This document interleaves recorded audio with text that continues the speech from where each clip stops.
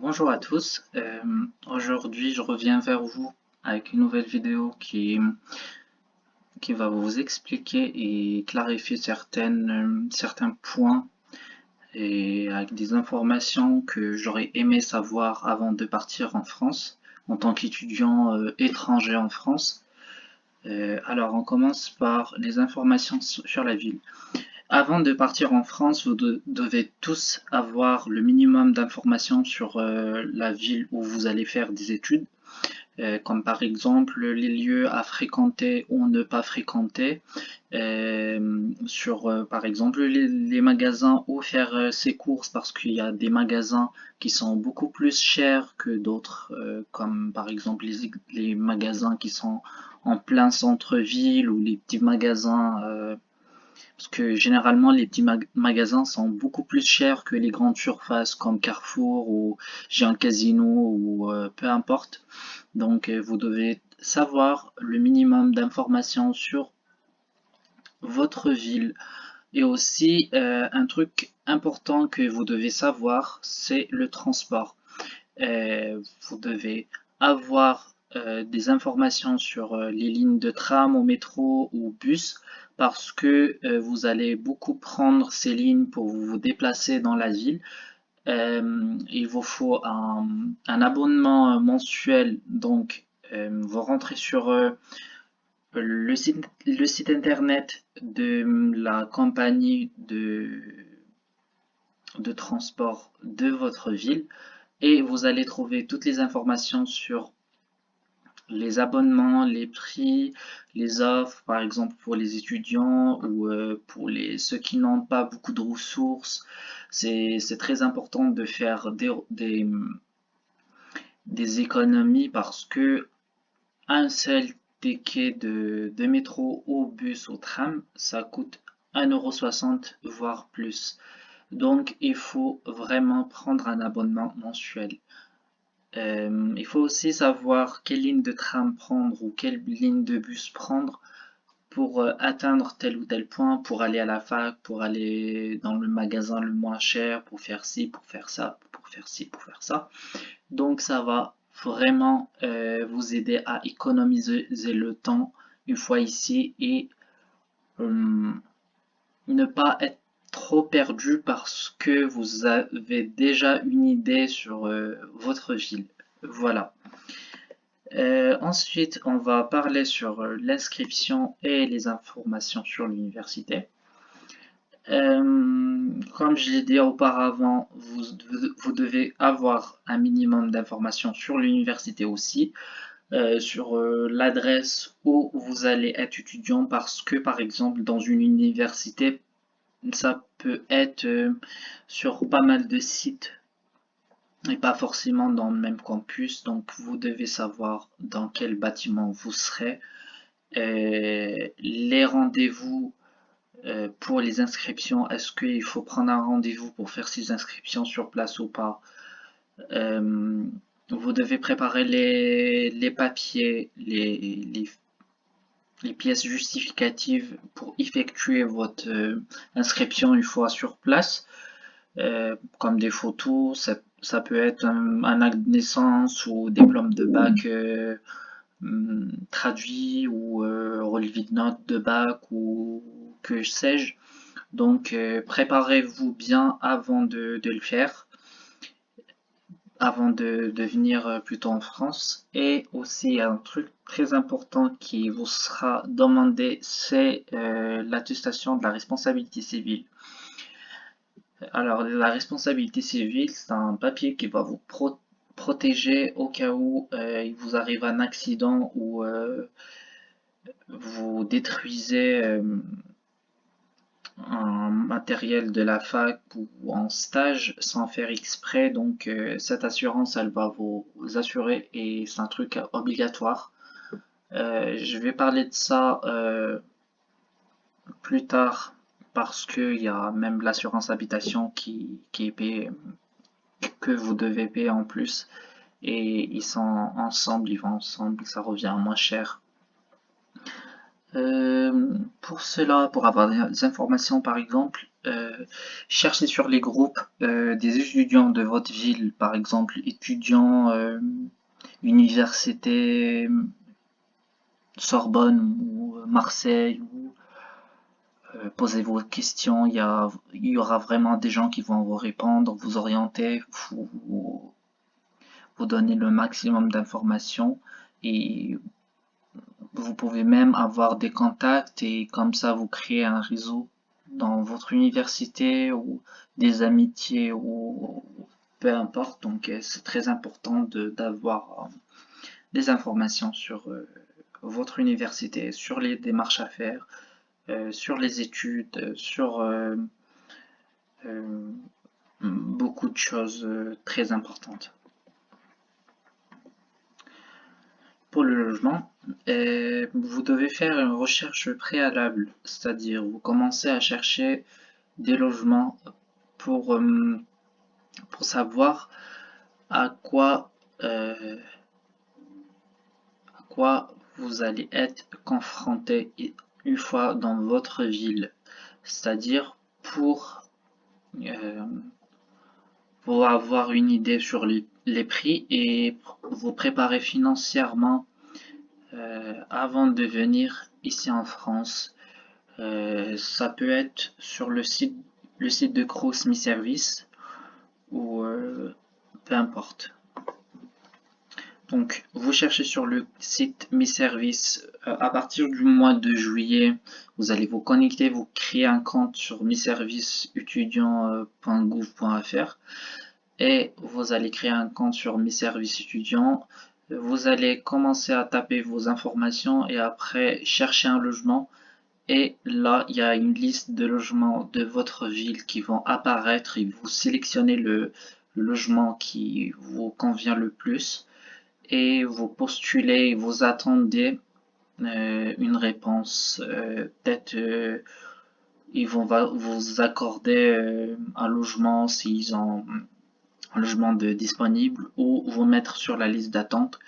J'insiste sur le Crous parce que c'est beaucoup moins cher par rapport au privé et c'est beaucoup plus intéressant en termes de distance entre la fac et les Crous parce que généralement les, les résidences Crous sont très proches de la fac donc vous n'avez pas à prendre le tram chaque jour ou chaque matin ou chaque soir pour rentrer chez vous et vous économisez beaucoup de temps et beaucoup d'efforts et même beaucoup d'argent parce que ça revient à moins cher que qu'en privé en sachant que vous avez internet comprise dans votre loyer pour la majorité des résidences.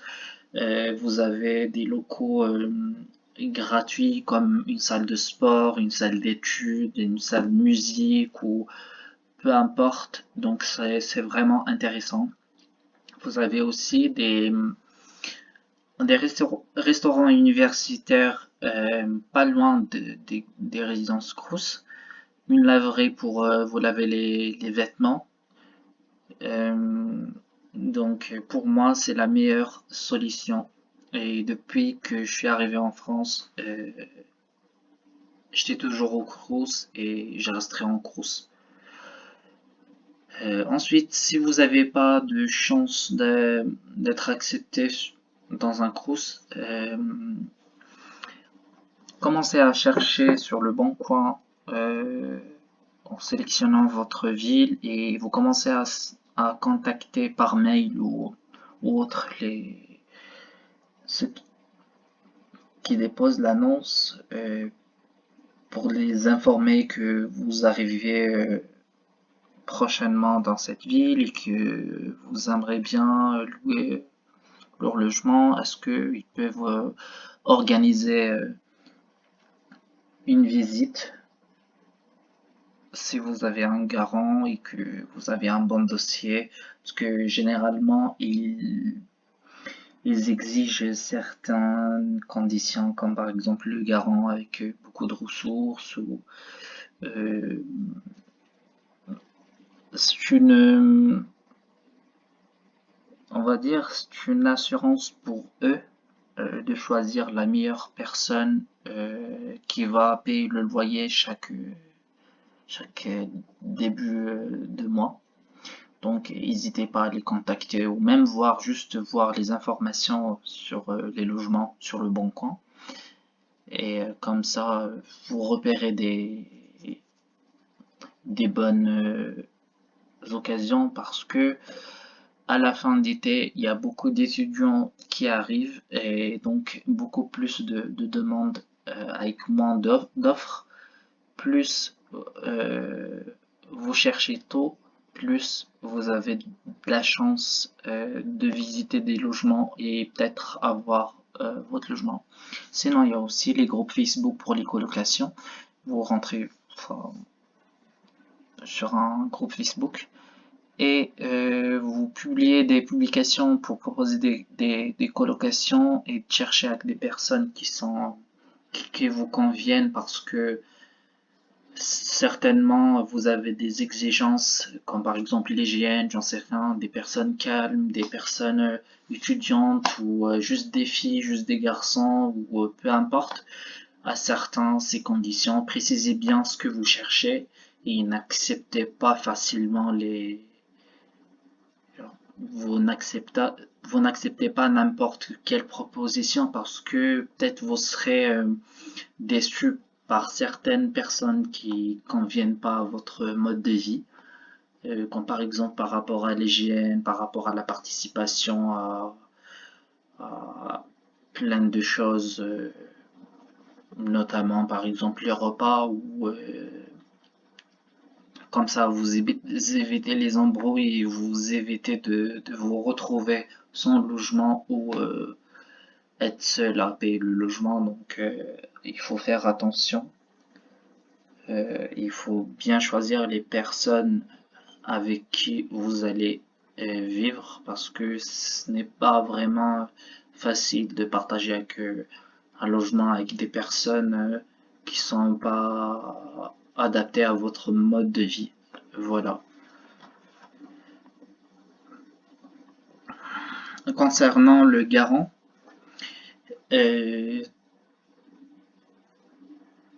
soit que ce soit le Crous ou dans le privé, dans les agences immobilières ou une personne qui loue son bien, ils vont exiger un garant.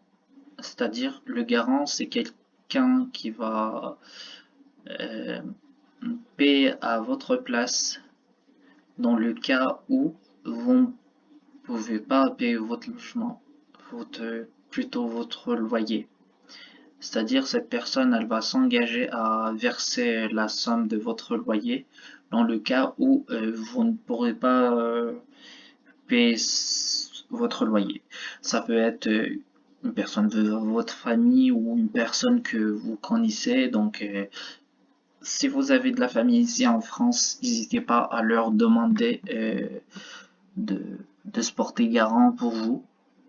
Ils seront pas vraiment c'est juste une formalité, donc vous allez prévoir de l'argent bien sûr pour payer le loyer, mais il faut l'avoir quand même. Sinon, si vous avez pas de garant, il y a une alternative qui est pas mal aussi, c'est Visal. C'est-à-dire il y a un organisme public qui se porte garant pour les personnes qui n'ont pas de garant ici en France, qui s'appelle Action Logement, qui propose un service qui s'appelle Visal. Visal, c'est pareil qu'un garant. Si vous ne payez pas votre loyer parce que vous avez des difficultés financières ou que sais-je, Visal va payer le loyer à votre place.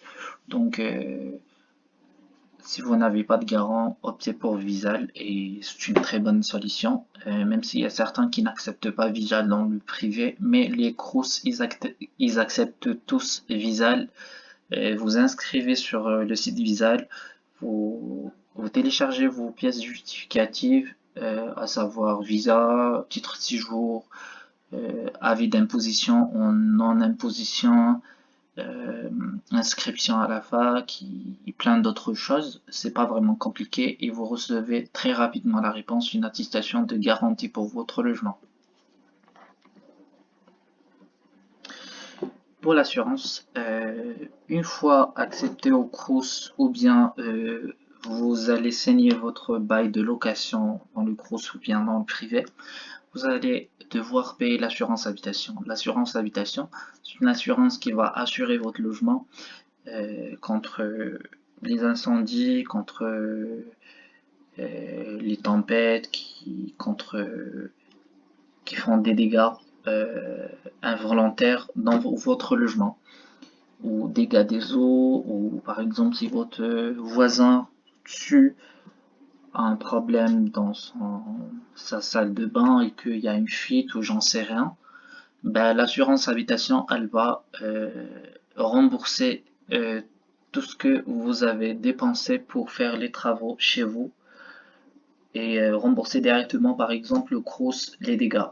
Je me rappelle quand je suis arrivé en France, il y avait un bâtiment du CROUS qui a cramé et du coup, tous les étudiants concernés qui habitaient dans ce bâtiment, ils ont été remboursés et le CROUS il a été remboursé pour ces dommages et en plus les étudiants ont reçu de l'argent parce qu'ils étaient tout simplement assurés. Il y a des options aussi à prendre dans l'assurance habitation euh, comme contre le vol des biens précieux comme mon ordinateur si quelqu'un s'introduit chez vous et qu'il vole votre PC ou des bijoux et des trucs précieux, bah, l'assurance elle va rembourser la somme enfin, la valeur de votre bien volé. Et chaque assurance elle propose des options que vous pouvez prendre ou pas. Ça dépend de vos besoins et aussi le côté financier parce que il y a des assurances vraiment chères et des assurances vraiment pas chères. Moi, généralement, je prends l'assurance ADH, c'est une assurance étudiante, assurance pas chère et qui propose juste ce qu'il faut pour mon logement et aussi pour la responsabilité civile, pour faire mon inscription à la fac et pour le stage. Parce que ce sont deux trucs obligatoires. L'assurance habitation et la responsabilité civile, ce sont des trucs primordiaux pour faire votre inscription à la fac et pour votre logement. Donc si vous avez quelqu'un ici en France, que vous connaissez quelqu'un ici en France, essayez de lui demander qu'il paye à votre place l'assurance habitation avec la responsabilité civile parce que ça revient à moins cher de les payer ensemble par le même organisme. Et une fois ici en France, vous allez lui rembourser parce qu'il paye avec sa carte bancaire et ça va vous permettre d'économiser le temps. Et ou sinon, chercher sur une banque qui propose ça parce que les banques aussi peuvent proposer des assurances habitation mais ils sont beaucoup plus chers d'habitude que ADH. Alors, pour la valise. Pour la valise, il faut prendre des vêtements chauds et il faut prendre un minimum pour cuisiner, comme par exemple une poêle, casserole, un bol, de lait ou des trucs qui vous seront utiles pour les premiers jours. Des médicaments aussi parce que c'est vraiment cher les médicaments ici en France, donc à savoir de l'éprane et des trucs qui peuvent vous dépanner en attendant d'avoir votre sécurité sociale, votre PC, vos papiers et tout ce que vous pensez être indispensable pour vous ici en France pour éviter les dépenses inutiles est vraiment cher en attendant d'être stable ici en France. Voilà, c'était tout pour aujourd'hui. J'espère que j'ai bien clarifié les choses. Merci à vous et à la prochaine vidéo.